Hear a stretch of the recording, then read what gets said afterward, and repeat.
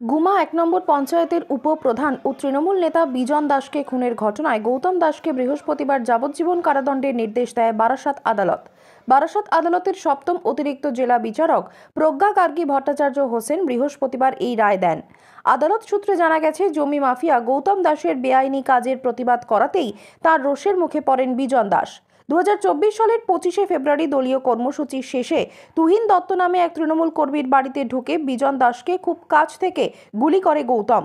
এই খুনের ঘটনার 25 দিন পর ভারত বাংলাদেশ ঘোজাডাঙ্গা সীমান্ত এলাকা থেকে গৌতমকে গ্রেফতার করে পুলিশ। 2024 সালের মে মাসে গৌতমের বিরুদ্ধে বারাসাত আদালতে চার্জশিট জমা দেয় পুলিশ। ওই বছরই 25শে নভেম্বর উচ্চ আদালত থেকে জামিন পান গৌতম। জামিন পেয়ে ফের এলাকায় ফিরে এসে নিহত উপপ্রধানের মেয়েকে সাক্ষ্য না দেওয়ার জন্য হুমকি দেয় সে। এই ঘটনায় ফের গৌতমকে গ্রেফতার করে পুলিশ। এরপরেই জেল হেফাজতে রেখে বিজন দাস হত্যা মামলার সাক্ষ্য গ্রহণ শুরু হয়। মঙ্গলবার গৌতমকে দোষী সাব্যস্ত করে বারাসাত আদালত। এরপর বৃহস্পতিবার তাকে যাবজ্জীবন কারাদণ্ডের নির্দেশ দেয় বারাসাত আদালত। একই সঙ্গে আগ্নেয়াস্ত্র আইনে 5 বছরের কারাদণ্ডের পাশাপাশি 25,000 টাকা জরিমানাও করে আদালত।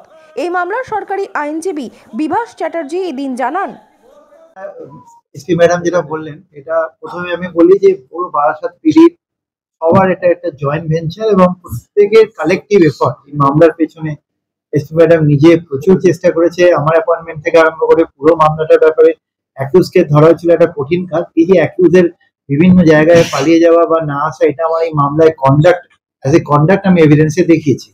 আমাদের এই মামলাটায় প্রচুর ফরেনসিক এভিডেন্স আছে, যের মধ্যে একটা হচ্ছে আমরা কেমিক্যাল অ্যানালিসিস করে ইথাইল অ্যালকোহলের পোর্শনটা পেয়েছি, যেখান থেকে আমরা এস্টাবলিশ করতে পেরেছি যে একটা মিটিং গ্রাউন্ড ছিল যেখানে অ্যালকোহল নেওয়ার পয়েন্টটা আছে।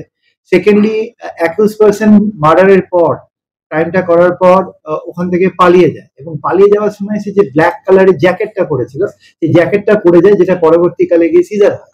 এবং একটা জিনিস, একটা আমরা এখন সাইন্টিফিক্যালি আমরা যে জায়গায় এসে পড়েছি, যেটা অনেক মামলাতে এগুলো আগে ইউএসএ তে ব্যবহার হতো, এখন লার্জ স্কেলে বেঙ্গল পুলিশ বিভিন্ন মামলায় করছে এবং আমাদের এই মামলাতেও ছিল। এটা হচ্ছে যেটা আমি বলছিলাম, গেট প্যাটার্ন এবং ক্র্যানোফেসিয়াল যে ম্যাচিংটা, অর্থাৎ যখন ইনভেস্টিগেশন শুরু হয় তখন আমাদের ইনভেস্টিগেটিং এজেন্সি বারাসাত পিডির তরফে আমাদের ওই ওনার স্যাম্পল ভিডিও এবং ফটোগ্রাফ নেওয়া হয় এবং সেটা ওই সিসিটিভির সঙ্গে ম্যাচিং করার জন্য পাঠানো হয়, যেখানে ওনার craniofacial identification is very unique এবং সঙ্গে gait pattern which is also very unique characteristic of the human being. ওই গ্রাউন্ড গুলো আমাদের সামনে এস্টাবলিশ হয়। এরকম আমাদের মেডিকেল এভিডেন্স ছিল, ব্যালিস্টিক এভিডেন্স ছিল, যে গুলিটা ফায়ার হয়েছিল সেই আর্মসটা উনি মার্ডারের পর কাঠের স্তূপের উপর, কারণ যেখানে ক্রাইমটা হয়েছে যেখানে অনেক বাড়িতে কাঠের কারখানা আছে এবং একটা ঠিক অ্যাডজেসেন্ট টু পিও উনি একটা জায়গায় কাঠের স্তূপের মধ্যে ওই আর্মসটাকে রেখে চলে যান এবং একজন ওই লোক বাড়ি বাড়ি কাঠের গুঁড়ো নিতে আসতো, তিনি আই থিঙ্ক 1/3/2024 তারিখে উনি ওই কাঠের গুঁড়ো হাতড়াতে গিয়ে উনি ওই আর্মসটা পান। তো এই যে নলেজটা, যেটা প্রথমে আমাদের বোঝা যায়নি যে এটা কেবলমাত্র একটা আর্মস কেসই হতে পারে, তখন এখানে আসামি বিভিন্ন জায়গায় পালিয়ে গিয়ে আলটিমেটলি প্রায় 1 মাস পর ধরা পড়লো এবং ইনভেস্টিগেশনে তখন এলো, তখন তার থেকে জানা গেল যে এই আর্মসটাই তিনি ব্যবহার করেছিলেন। তারপর যে গুলিটা রিকভার হয়েছিল ওনার বডি থেকে, সেই গুলিটার সঙ্গে কিন্তু ব্যালিস্টিক্যালি আর্মসটা ম্যাচ হয়েছে।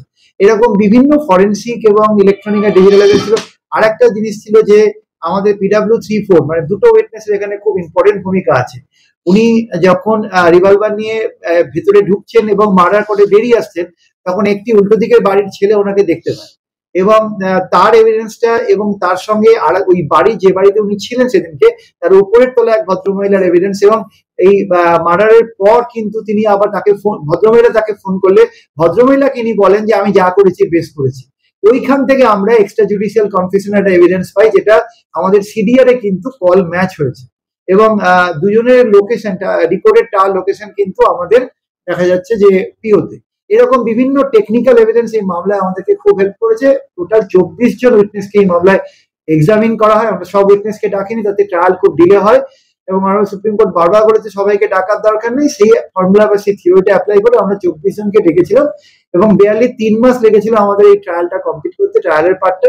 তারপর আজকে আমাদের যাচ্ছে 3 মাস লেগেছিল ট্রায়াল এভিডেন্স পোর্শন এবং আলটিমেটলি অনারেবল কোর্ট 302 ওকে যাবজ্জীবন দিয়েছেন এবং আর্মস অ্যাক্টে ওনাকে 5 বছর এবং 5,000 রুপিস 25,000 ওনাকে পেনাল্টি ইম্পোজ